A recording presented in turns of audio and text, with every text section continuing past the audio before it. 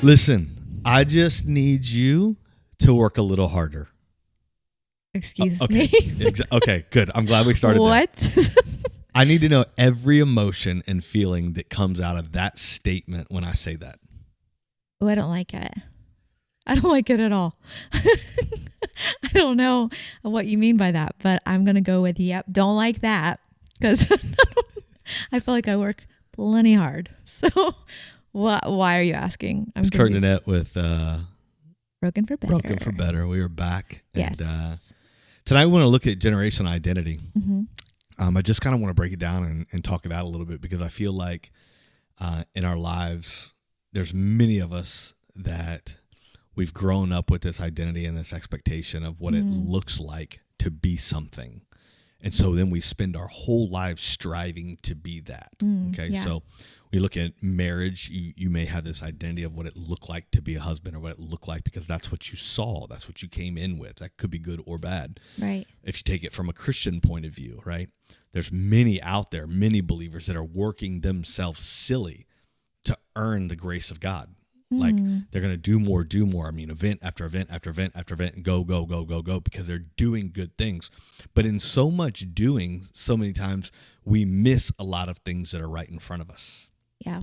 So when I say, hey, listen, I want to see you work a little harder, it's really a play on words, because I just wonder, what does it look like for you in marriage, where you came from, what you brought in? What did it look like to be a good wife in marriage? Well, I think it's an interesting question, because I think it's kind of a catch-22, right? Because when you think about working out your faith, or like how you specified, like working better to be a better Christian, or you're trying to do all the events and whatever, we would say you don't have to work that out, right? Like God loves you regardless, all of those things. But then when it comes to working in your marriage, like we'll sit in front of couples weekly, right? I know we sat in front of a couple just last week that were like, are you putting in the work, right? And so I think it's kind of a catch-22, because marriage is work. You do have to put in the work, and you talk about generational things. We do bring historically, our own baggage, your family baggage, my family baggage, our own expectations, are all of these things that we have to work through. But I don't think it's an either or. I think it's a both and. I think you definitely have to work at being healthy in your marriage, but both and there also has to be grace when it comes to how you view your partner, if that makes sense. So I don't think it's an either or. I see it as a both and. Like, you work as hard as you can to be the best spouse you can be, but you also show grace as much as you can to your spouse, to love them as much as they may not deserve. Okay. Does that make sense? So definitely got that from the marriage context. I do want to real quick, because it hit me as you triggered. And by the way, I'm looking at your eyes. They're like banging blue right now. They're so beautiful. Oh, thanks. I get that generationally. Excellent. You didn't even have to work for it. It just came. I'm sticking true to brand. Thanks. When I look at this generational identity, and I feel like identity generationally, is something a lot of times, sometimes we talk about, sometimes we don't. Yeah.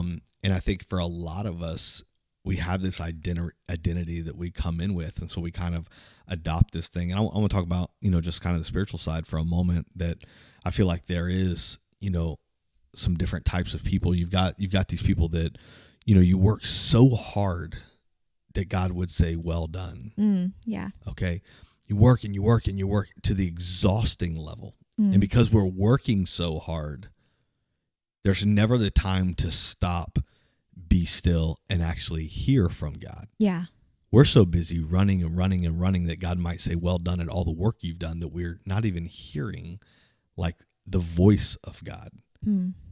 It's just simply, man, I'm going to do the next thing. I remember when I would work within the walls of a church, this was literally a time in ministry that we had to stop and tell people, listen, you can only serve in one or two things. And people were fighting us over it. Yeah, I remember. I mean, it was crazy. But I want to serve in 17. Yeah.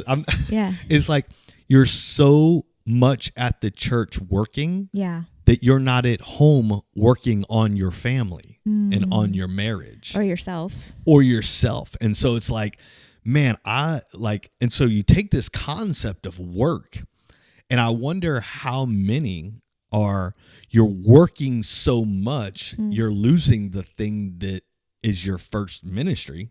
Yeah. Or you're working so much secularly in the world that you're literally losing the family that's underneath your roof. And that's such an interesting concept, because I think when I think of generational, identity or things that we bring in generationally, I think immediately my mind goes to the negative, right? I think of, oh, what baggage have you brought? What generational, things are you trying to lay down, the baggage or whatever? But very, very few times do we ever hear somebody say, man, generationally, like, if my parents weren't at the church 18 times a week, or if I was, like, I'm trying to better myself by doing more. Like, there can be different types of generational things that we bring in. There can be different types of striving, either striving to run from our past or let go of the baggage, or striving to make our way. We had a really close friend of ours one time that literally voiced, well, I'm just trying to work my way into heaven.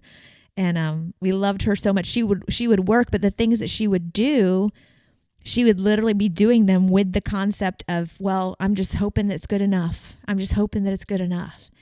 And that's just like such a sad, twisted perspective, as if we could ever be holy enough to like take the place of what was actually already paid for. Yeah, I take this concept to work, and it's funny to me that in any job that you have, you can work yourself silly to make money, to make a name, to gain a title, when the fact of the matter is, if something happened to you and you died, you know what they would do? They would fill your shoes immediately. Yep. There would be a new person in that position, running it, doing it the way they see fit, and you would be in the past. So think about this conceptually. You'll spend your whole life working on something that in a moment, people could forget about you and move on. Yeah. And then we lose the very thing that God has called us to as our first ministry, our family, because we've been so busy trying to make a name and so establish a career that we lose the very thing that's under our roof. Yeah. Talk about me real quick from your perspective, because I know early on in our marriage, that was me, right? I was outside a lot. I did construction for a lot of time. And then when I went and played cards, and I was doing that all kind of hours of the night, sitting at home. Now, I would have seen that as I was out trying to support, because for me, man, I had a dad that I watched every day, went out, swung a hammer, did what he had to do to provide for his family. Right. So for me, the concept was, I've got to go out and do and sweat and bleed, and that's what I've got to do because I got to provide for my family. Yeah. Right? You sat at home and you were raising our kids. Now, that's its own job. But what did you think? Yes, it was. Yes, it was. But I loved it. Do you think, what conversations did you have? Because for me, I'm out there going, yeah, if I'm home less, that's because I'm doing more. What did you have as my wife who was raising kids? What's your thought concept in those moments? What did you think in those moments? Wow, I'm really proud of my husband. He's out there doing it. Or, man, I wish my husband was home more. I could care less if we had. Where are you at relationally at that? Because I think I'm doing well, but what were you feeling? Yeah, I think, it's funny that you say that, because I grew up in the same environment. My dad worked hard. He, came home from working in the Florida heat day in, day out, and, would crash on the couch or in his love seat because he was so exhausted. So I was very used to that same mentality of working hard. My mom worked in the home doing a daycare, and they provided for us by working hard. So I don't think there was ever this part of me that was like, oh man, I don't want him to work hard. I will say, when work took over your joy, when work took over your compassion, that made it very difficult, because you would work so hard and make sure that you would add another job if you needed to or whatever, just to make sure that we had the next thing that the kids needed or whatever. And I always was I think I tried to be honoring in that, but we weren't on the same page spiritually. And so there was a lot of lack of joy, lack of compassion, because I think we both saw it on two different playing fields. You were working so hard to provide, and I was working so hard to hold down the home, and neither one of us wanted to pull from the other. So I don't think that we had a lot of love and respect for all that the other one was doing in that season. We absolutely did not. Yeah. And we didn't do it well, and I think a lot of it does go back to where we were spiritually, but like I remember crying out to God, feeling like he doesn't see me working, he doesn't see me doing these things. And I remember hearing the Holy Spirit say, well, do it as if you're doing it unto me. Like, you're serving your family, you're serving me. And I think when you go to work and you're serving him, or you go to work and I'm just slaving away from my family, I'm just trying to put another, it's just a different mentality. I think it's all in how what your focus is and the why. Like, why are you working so hard? What's the win behind it? It's funny that, you say you can vividly remember speaking the Holy Spirit. And that time of my life, I was not walking at all with Jesus. Yeah. And so my conversations were with the guys on the construction sites, right? It's probably really healthy. It's like, man, I'm here all day digging these ditches, and I go home and dinner's not ready or the house is a mess, and those went over well. Those are my Holy Spirit moments, right? And those guys on the job are like, bro, you need a new woman. You know what I mean? Like, what do you mean she's not doing what she should? Well, you're hearing Holy Spirit says, hey, do it unto me. Yeah. I'm in my world hearing that's what she should be doing. If she's not, she's wrong. And then I have to come home to, wow, where am I? Now, obviously years later, I see, man, the seed that you sowed into our boys and who they grew up to be and the home that you created, and me giving my life to Jesus and then really seeing what that meant. Man, now I valued it. But in that moment, I didn't value what you were doing. I saw what I was doing as I'm bringing home the money. Yeah. That was where the value was, because money was my value. That was your success. It that was did your not success matter marker. about anything else. And we were doing everything to drain your success because you had 4 mouths to feed and shoes and all of those things. So you were looking at it through non-spiritual lenses, saying my goal and success is here, and these people are taking my success. Is that how you viewed it? And not thankful. Not thankful. Like, that's so awful. And, but I mean, I it's wonder reality, how many, right? So the only option I have then is to go do more to make more. Yeah. Or I leave the people that are draining me. Yeah. And I feel like we live in a society right now. Thankfully, you didn't pick the second one. Yeah. What's crazy is we live in a society right now where divorce is rampant. Yeah. Or people aren't getting married. Right. So that they don't have to get a divorce. Right. Hey, let's just cohabitate, and then when this thing runs its course, we'll walk away. But it's in these moments that I think you have to be solidified and fortified in who you are. Yeah. Because these moments are going to happen. Like, tough moments are going to happen, and what you come in with and how you were raised. And, my parents, they fought through it. I watched them do it. My mom was an amazing homemaker and really took care of our family. My dad, man, he just grinded and did what he did. Yeah. But there still was, even tension in that. And so it's kind of like, man, and I remember conversations of not valuing, or man, was there, where's the money going? Where's money being spent? How come we're in debt? Like all this stuff. And it's like really coming to this place to go, man, I'm at rest where God has me.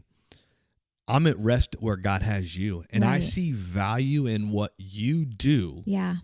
Even if I don't see like the intrinsic, the equitable value that it may bring, because you're doing things that I can't do. So me to see that has just as much, or now even more value, of course, than maybe the dollar bills that I was bringing home. Well, and it goes back to that both and mentality, right? So you say, how hard are you working? I want you to work harder, right? And we talk about working out our faith, and then the grace aspect.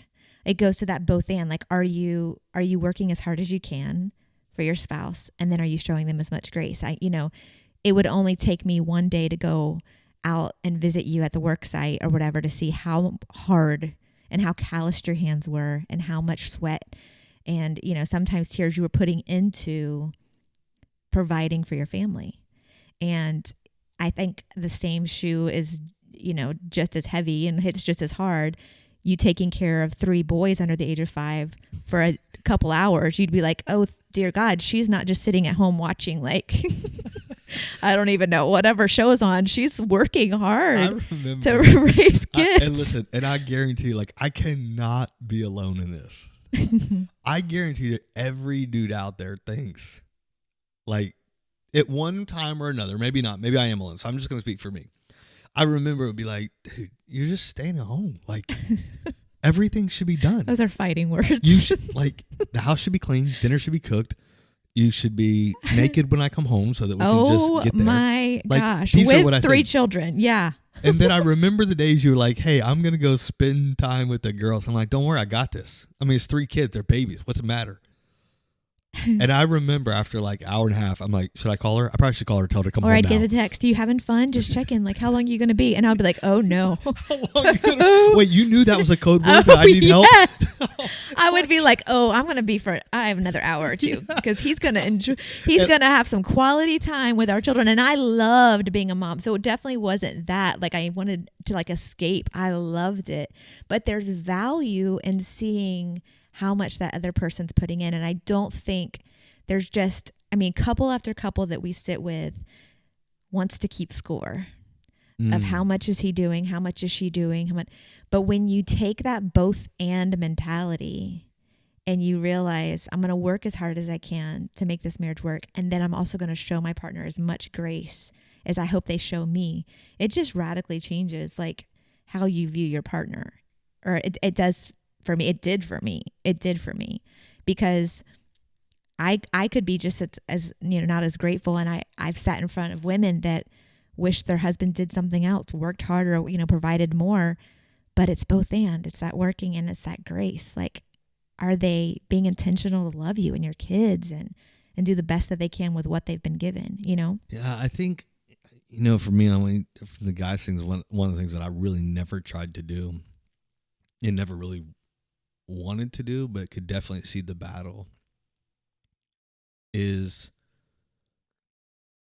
you try to live vicariously through your kids. And so to live through them, you drive them to the places that you always wanted to go and couldn't get there.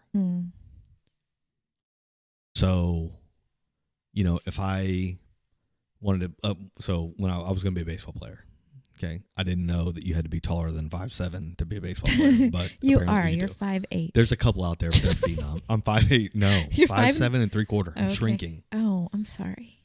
I know. You're still cute. That's another topic for another day. You're still taller than me. You're still taller than me. Know. It's all good. But I wanted to be this baseball player, and so if not careful, I could drive my boys to be the greatest baseball players on the planet. We did start them in T-ball. We did. Yes, they all played. Try. But the moment that, you know, they decided, hey, I don't want to do that anymore. Yeah. Man, I pushed them into something else. I'm not going to lie. That one hurt a little bit with Dylan. I was like, you have such a good arm. You could be an You amazing used to tell him that. pitcher. Yeah. I was like, you're going to be tall. Do you not know? He's And like, little did we know until he was 16, he needed contacts. he still had a good arm. He could throw the ball so hard, and I was like, "But you can throw the ball so hard." I know. There was 2 pitchers like it was so we both were boring to pitchers. him. Yeah, but he didn't like it. Anyways, you know, I could drive, and I'm driving towards the wrong thing. Yeah.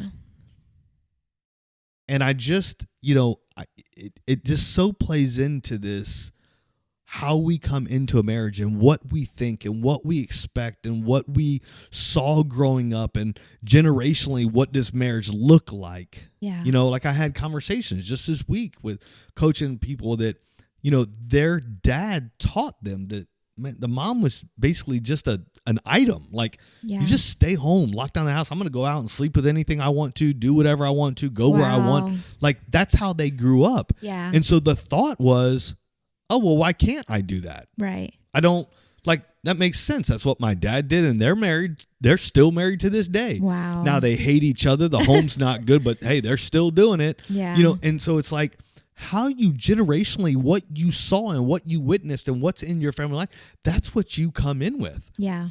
And so I just want to put on blast for people to look at it and go, okay, hold on a second. Where are areas in our marriage that quite possibly we have these chains that need to be broken? Yeah. Like, What generationally did we come in with? Yeah. What did I see growing up?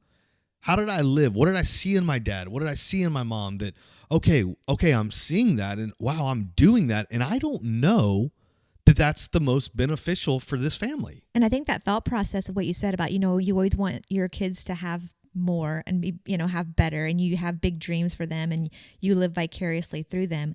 I do think that's an amazing concept when you take it into those generational things that you bring into your relationship when you look at your spouse, because I would never want my son to be treated ill by his wife or disrespected or unloved, and there be no grace in their marriage, there to be no intimacy in their marriage. Like, I would want my son to have all of that, right?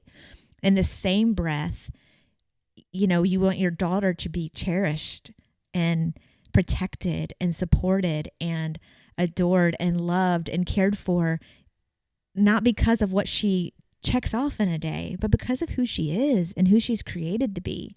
And it's so easy for us to have that concept when it comes to a son or a daughter, but then when we're looking at our spouse, we can so easily trickle back to what we saw, just displayed in our homes as kids, and we don't even realize what we're taking into our own relationship. We just kind of step into those same exact roles, and we just expect our spouse to step into those same roles. And we've had many conversations when we were first married that, we would go back and forth, and I'd be like, I don't need a dad, and you're and I'm like, I'm not your mama. We would go back and forth because we had these expectations that neither one of us wanted to step into the shoes of, but it was just something we brought generationally into the marriage. You learn. It's so funny, married, almost married 30 years.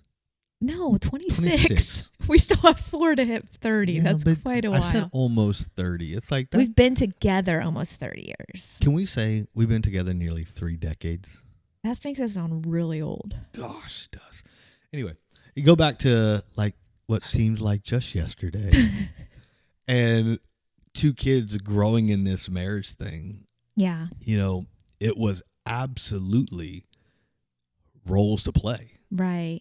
And that keeping score mentality is so big. Yeah. And I would encourage anyone walking into marriage, anyone that's doing it, man, just know from the beginning, 2 people have left their families. You haven't joined a family. Like, you're not joining a family. Yeah. 2 people have left their families to start a family. And they have started a family. Right. So traditions, holidays, the way you do things, it's not what you used to do. Yeah, those were great guides to see. Yeah. But man, you've left that. You are now starting your own tribe. Right. So how you do things, you get to dream that up. You get to talk about that. Don't come in with these misnomers and these misnomers. I don't even know what that means. I don't even know what that is. That a word? I guess it is. It is now.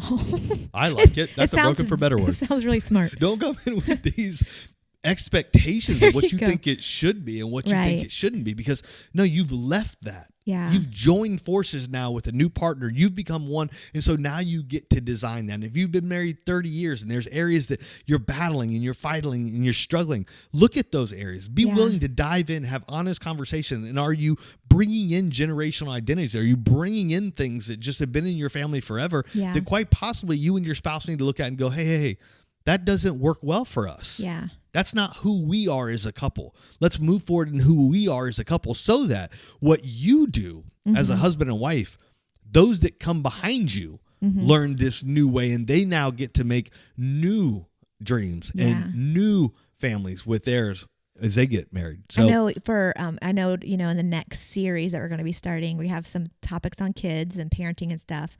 But I do think because of the generational topic, I do think it's important. A lot of people ask us on this side of being in a relationship, being married, being parents. We have the authority to free our kids of that too. As they step into their next, as they step into marriage, as they step into building their families, those conversations are beautiful in order to say, hey, we want to release you of those expectations. That's hard for one that loves traditions. That's me. I love traditions. Yes, she I does. love building them. I love creating them. And some of those are really bittersweet now because every single tradition we held, there's such a huge empty hole, now, but with what we're walking through. But nonetheless, when your kids launch, hey, we want you to have the freedom to be released of that. Build your own dreams, build your own expectations and your own traditions. And man, we're sorry for the things that you're going to carry generationally from us. And we hope you heal from them because no family's perfect. And I feel like we could do a whole podcast on merging families and holidays. Yes, we could. Yeah, we do. Maybe around the holidays. I think we should. Okay. I think it's one of them we talk about. Okay. Listen, I love you. I love you too. And thanks for doing this again. Thank you. A couple things real quick. Happy anniversary, by the way. I know. Our It's anniversary's next week. Going on a cruise together. Yep. We love doing that. Actually, we're on the cruise. We're on the cruise. Right I'll now. cut that out. Yes, we're on the cruise. We are on the cruise right now. We're broadcasting from the We're cruise. broadcasting. I know it looks a lot like our studio from last week, but no, we're on the ship. Hey, want to mention to you guys, you've probably started seeing the promos or you're about to start seeing the promos. Our first marriage intensive will happen May 6th. Yes. Let's go. That's right. Broken for Better will have first marriage intensive hosted at Redemption Church in Dade City. So just encourage you to check that out, be a part of that. Sign up quick. Yes. First 50 spots, be a part of that. So it's going to be amazing. Love for you to spend that day with us if we just continue to dive into marriages. You got anything else? I don't think so. No? I think we're good. I'm ready for the next season. It's going to be exciting. New series. I know. One. I can't wait. I know. We'll see you then. All right.